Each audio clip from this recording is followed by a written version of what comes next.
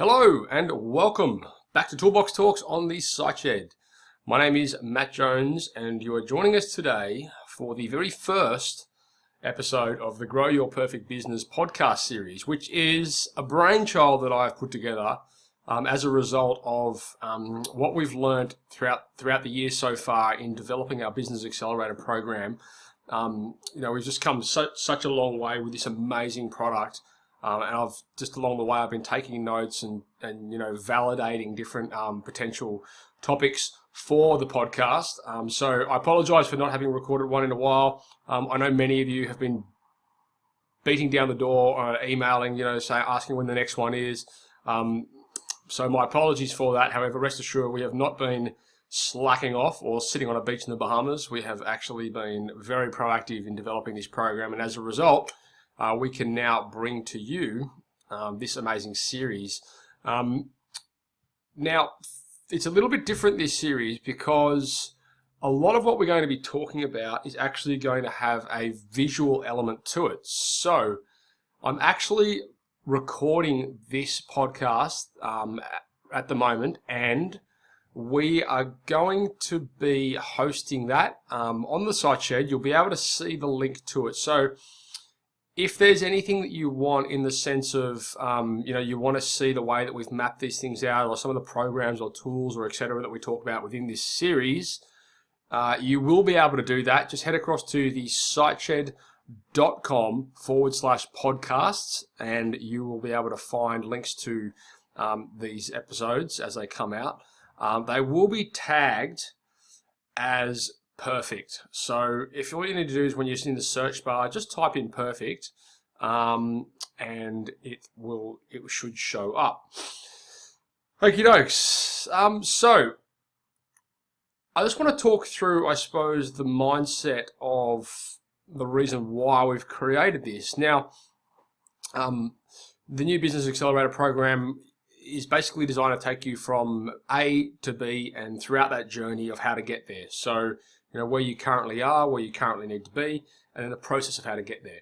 And throughout that, I've actually realized, there's a lot of things here that we can talk about on the podcast, which can add a lot of value to you guys.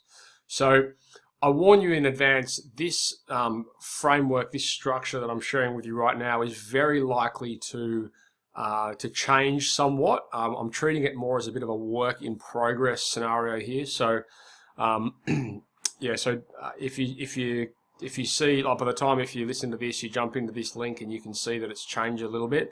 That is because we've been developing it and optimizing it.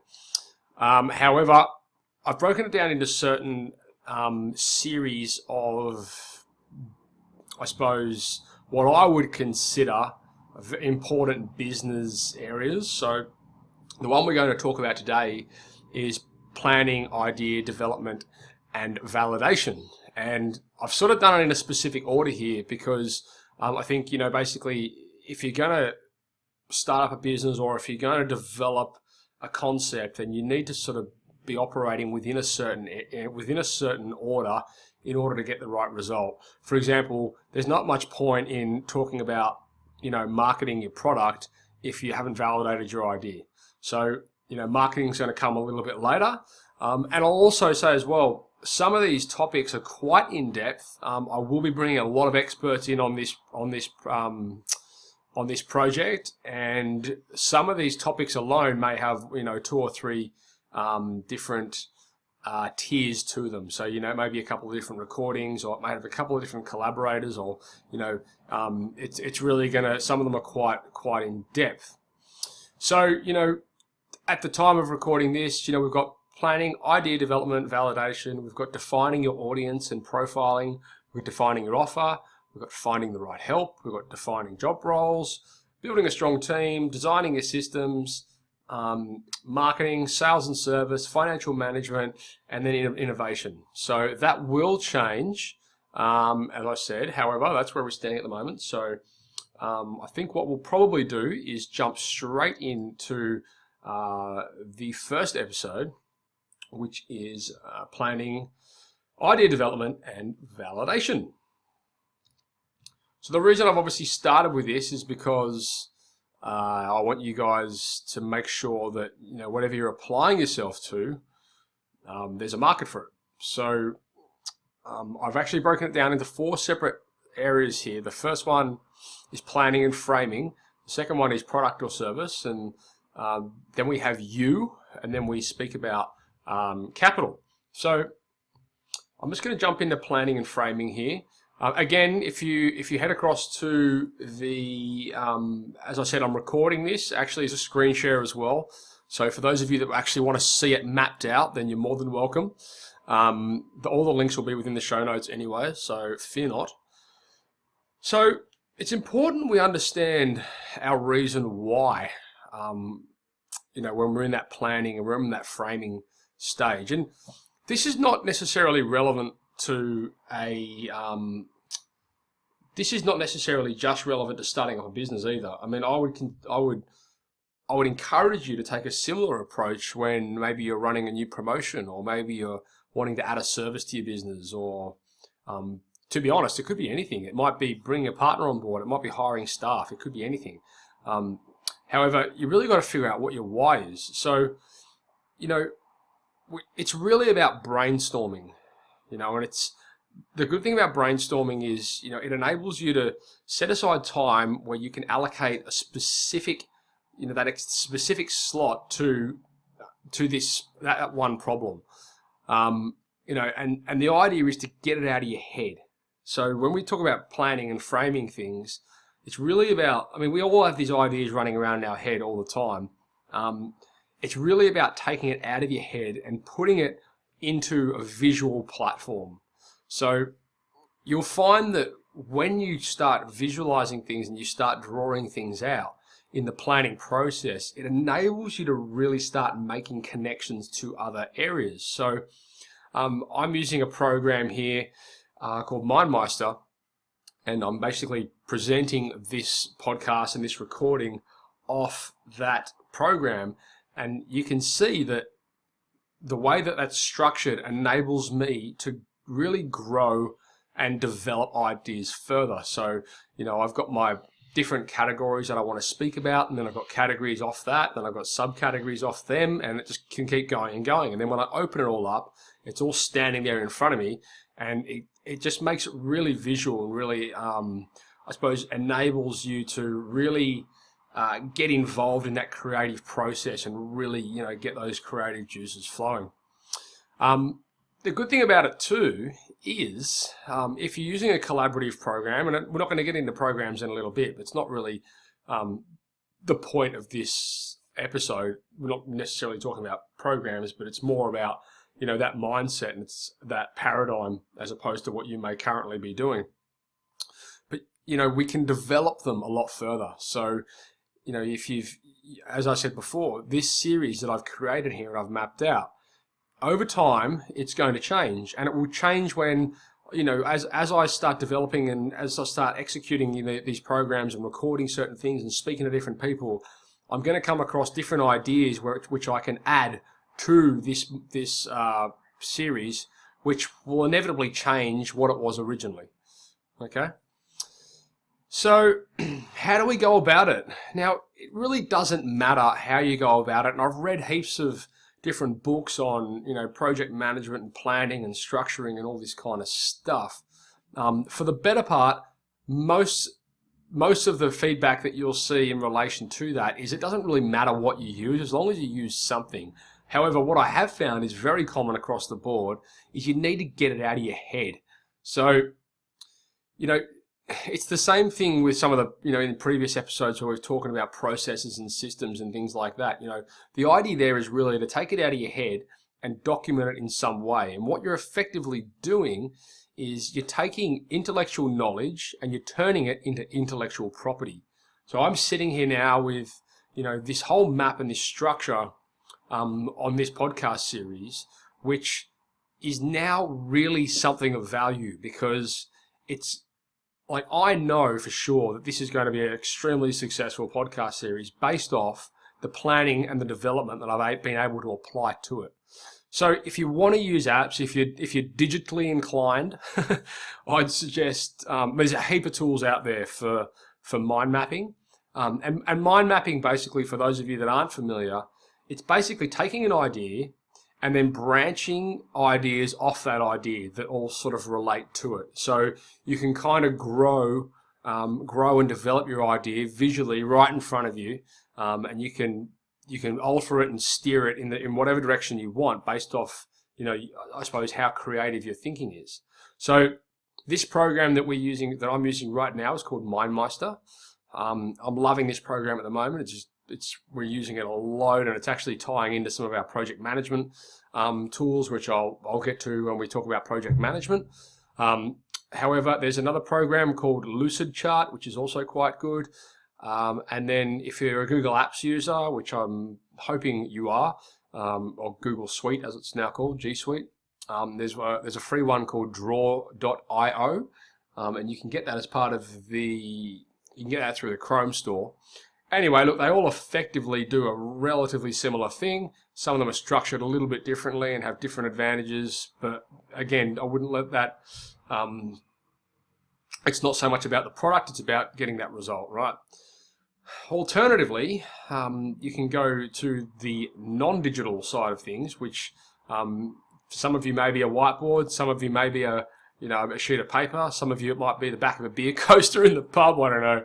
But I actually personally love, and I start all of my ideas with my whiteboard, and there'll be a photo in the show notes here of where I actually drew out this process on my whiteboard, and then I transferred it across to my mind mapping program so I could develop it further. But it all started with the whiteboard, and for me as a visual person, I love getting there. I'm amazed at what I can create in such a short period of time, just with a blank whiteboard and maybe a glass of red wine. But I really do find it helps me when I want to visually create something, and it just, as opposed to if I sit there and think about it, sure, I can think about things, okay, but it's not the same as for me getting it out there in front of me and getting it visually right in front of my eyes. I have used paper in the past. I just find paper is just, I don't know if you're anything like me, I tend to misplace it and it does get lost in the ether. So personally, my process, I like whiteboarding things, and then I like developing them further with a mind mapping tool. And I know for certain, Nils from Innovation Blueprint, who you would have heard on the podcast previously, he's creates all of his business systems and processes with mind maps. So it is a very, very powerful tool, and don't for a second think that it's a substitute for some of these in-depth system creation programs. It's not at all. Like mind mapping is very much so an enterprise solution, an enterprise solution process that corporate organizations use right across the world, right through to small scale businesses. And I encourage you guys to really jump in there and give it a go, because I'm convinced that it will certainly make a difference to you. So when we talk about what we're going to plan, as we said before, there's nothing really specific. There's nothing overly specific that should be planned in black or white. To be honest, pretty much most things should be planned. I've got here business ideas. We've got marketing campaigns, launch funnels, absolutely. Product releases, systems and processes, marketing, HR, hiring processes, even your cash flow, things like that, accounting. So, if you're going to create a successful marketing funnel, then you absolutely need to understand how the flow of that program, of that workflow is going to work. And a lot of these programs out there that we do use for things like email automation, they rely heavily on a very similar mind mapping sort of flow chart. So, when you're actually creating these campaigns and you're creating these automations, they have a very, very active mind mapping process that makes it very visual and very easy for you to understand. And that's kind of a pretty good testament to I suppose, this entire episode, because if these multi-million dollar programs that corporations right around the world are using, as well as small business, then that's kind of proof in the pudding. Okay, so let's jump into product or service. So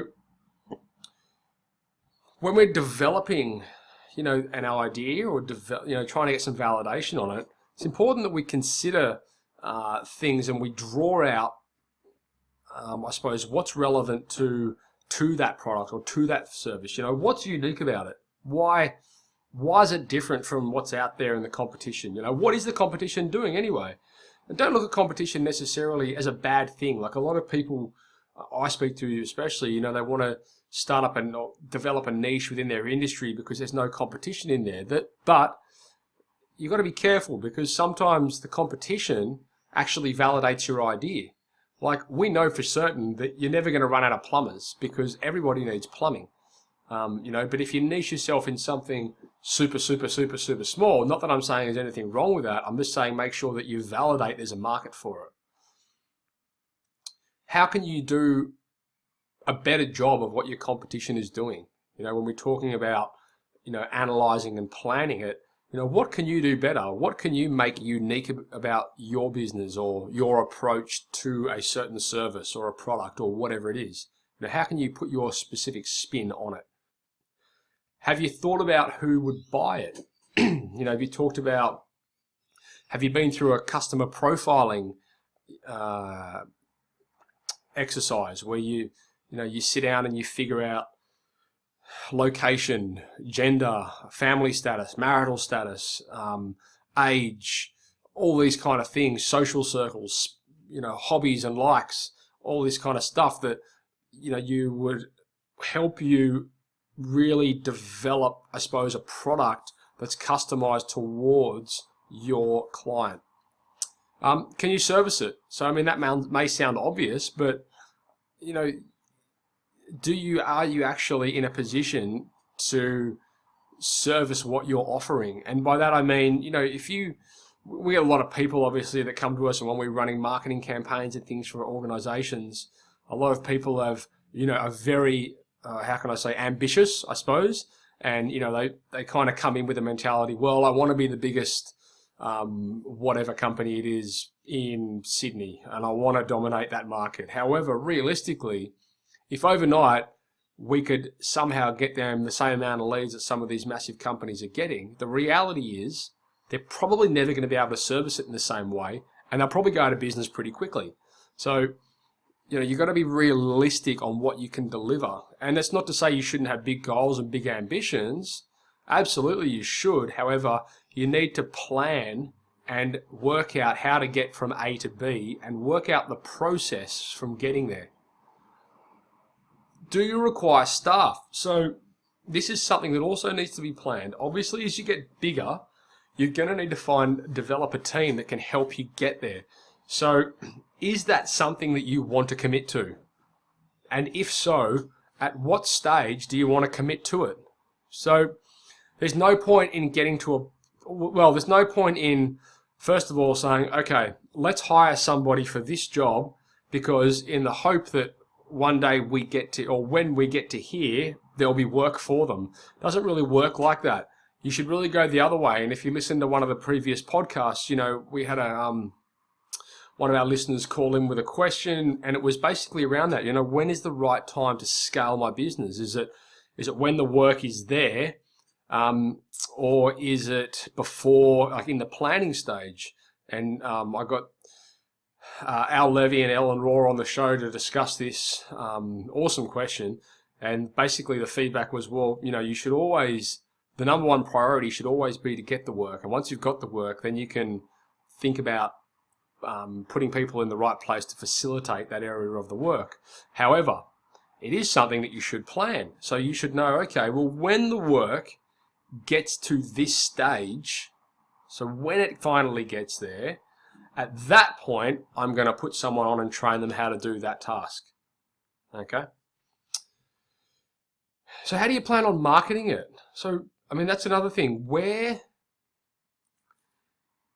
How are you going to get this product or service or whatever it is in front of the audience that you want, that your ideal customer, your customer avatar. How are you going to get it in front of them? Where are they going to be?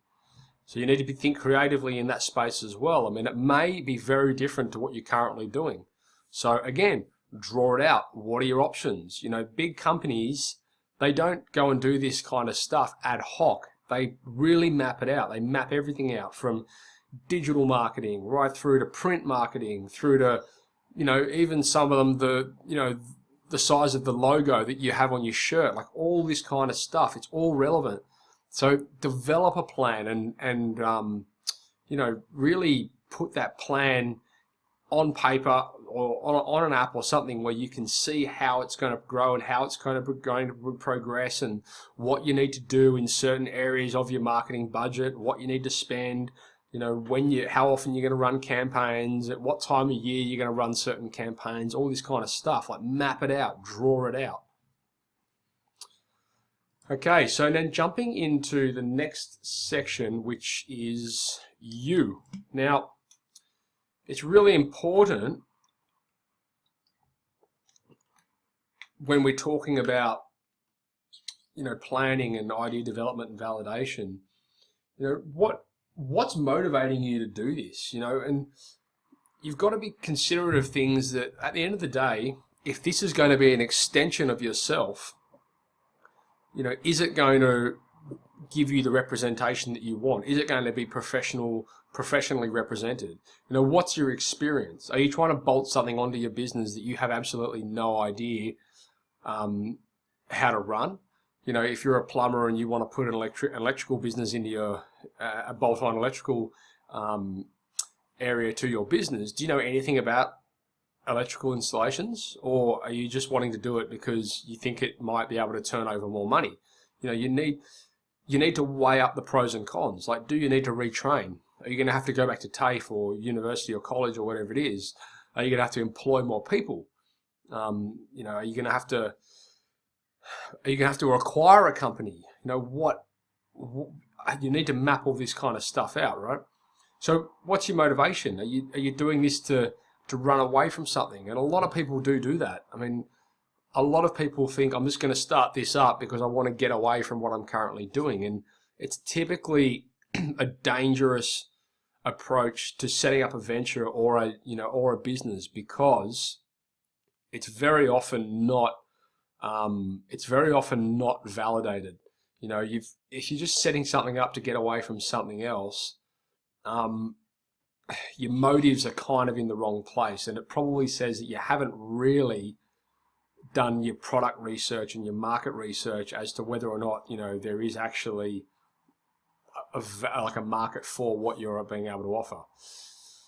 And then, of course, that also goes back to if you're trying to run away from something, are you experienced in what you're going to set up, or how are you going to service that niche or that business model? Maybe though on the flip side, you're looking to do this to carve a new future. Maybe you want to change, and you're not running away from something, but you just want to steer into a different direction, and that's awesome as well. I think every business should really be sitting down regularly, if not annually, at least twice a year, and saying to themselves, okay, how can we steer this business into a better suited direction? What can we target it towards? Where's the best money we've made? Where's the best feedback we're getting? All that kind of stuff.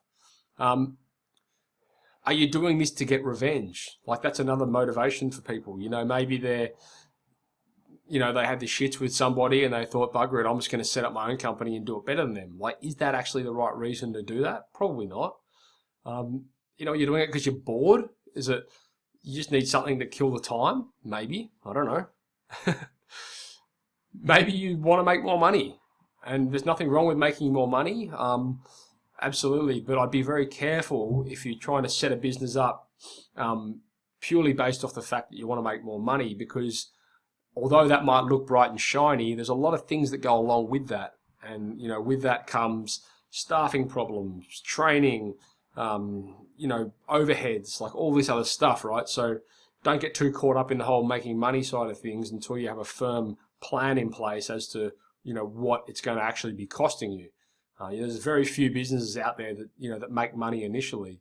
It's not until they get a few systems and processes in place that things start working out financially.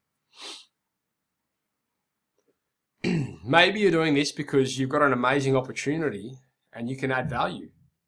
Now, this is kind of a double-edged sword because, again, that sounds very bright and shiny, and in many cases it may well be, and you'd be silly to let some opportunities go. However, if you do dive into something like that, is it going to take away from what you're currently doing? And is it going to take away, negatively? You're going to have to stop servicing a certain area of your existing business in order to develop this other one? If so, is that going to be have a negative impact on you? So what do you want to get out of it? Is this, a retirement plan for you, or is this you want an accreditation, you want an extra ticket? Are you doing it to gain respect from your peers or from your family or from your friends, children, whatever it is? Or is it just a money-making exercise? What is it? What is your ideal outcome? Everybody says you should always start with the end in mind. And I agree to a degree. That's certainly true. What is it? What is a win for you? How do you know if you've made it? You know what I mean? If you've reached the destination. And don't get me wrong, business is certainly a journey, not so much a destination. But it is important to understand the reasons why you want to get it started. Do you have the time it will require? And this is a big thing, man. It's like we were saying before, right? If you've got a great opportunity, sure, that opportunity could be an excellent avenue to take. However, if it's going to come at the expense of something that you're already doing, which is already has a good name and is already generating good work and things like that, then maybe it's not a good idea. And don't get yourself, fooled by thinking that, it's not going to take a lot of time. It will take a lot of time, either your time or staff's time, and then that, of course, is money. So, yes, things can be automated, and yes, things should be automated. However, it still takes time. So, don't be fooled. As we've said before here, will a new venture upset your other ventures? We've already spoken about that. And will this project affect your family and your relationships? If you're spending a lot of time in that business, getting it set up, what's the butterfly effect? What's going to be happening, on the other side? Will it affect your home life? And will it affect your home life negatively? Maybe not.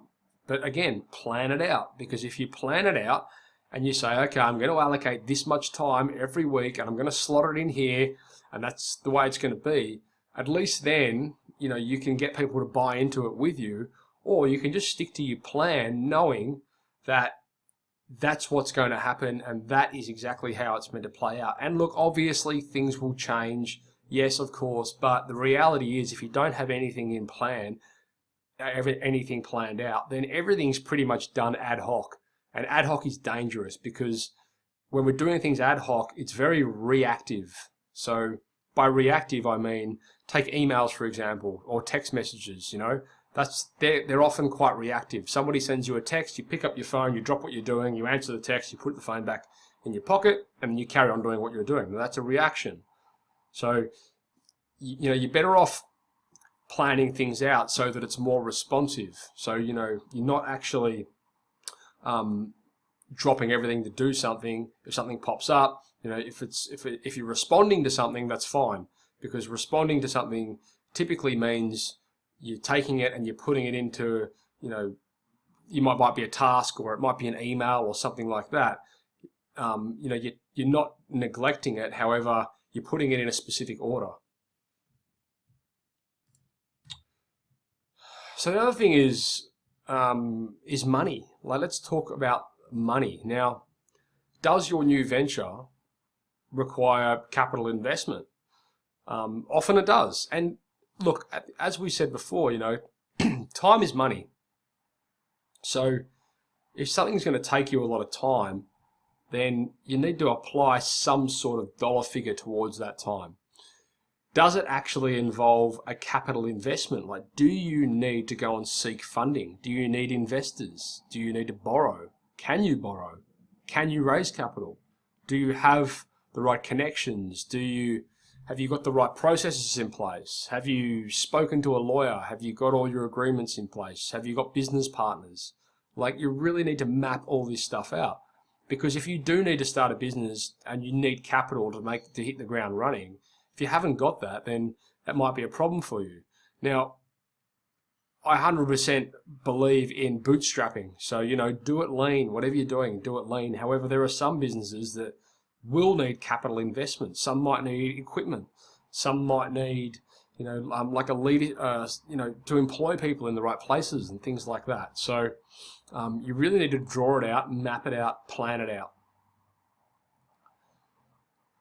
Also, while we're talking about capital, not necessarily specifically to money, but, let's talk about our investment from a time point of view or an energy point of view, or, what's the likelihood of affecting our health in one way or another.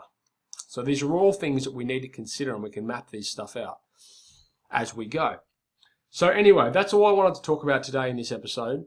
As I said, this has been recorded, and there will be you can head across to the show notes where you can see this recording physically. So if you want to sit down and watch it, you can, and you can see how we've drawn out this this specific map for this episode. I plan on doing that a lot for the podcasts in this series, because a lot of the stuff is visual, and I want to show you guys how that develops. However, regardless, the bottom line is get out there and start planning. However you want to do it, it's up to you, but just make sure it gets done. That's the important thing. So that's all from me today. Hope you got a lot out of that. And if you did, please do us a favour. Go and share it with someone, because I'm sure there's other people out there that equally enjoy or would equally benefit from having information like that handy to them. And stay tuned for the following episode. That's all from me. Bye-bye now.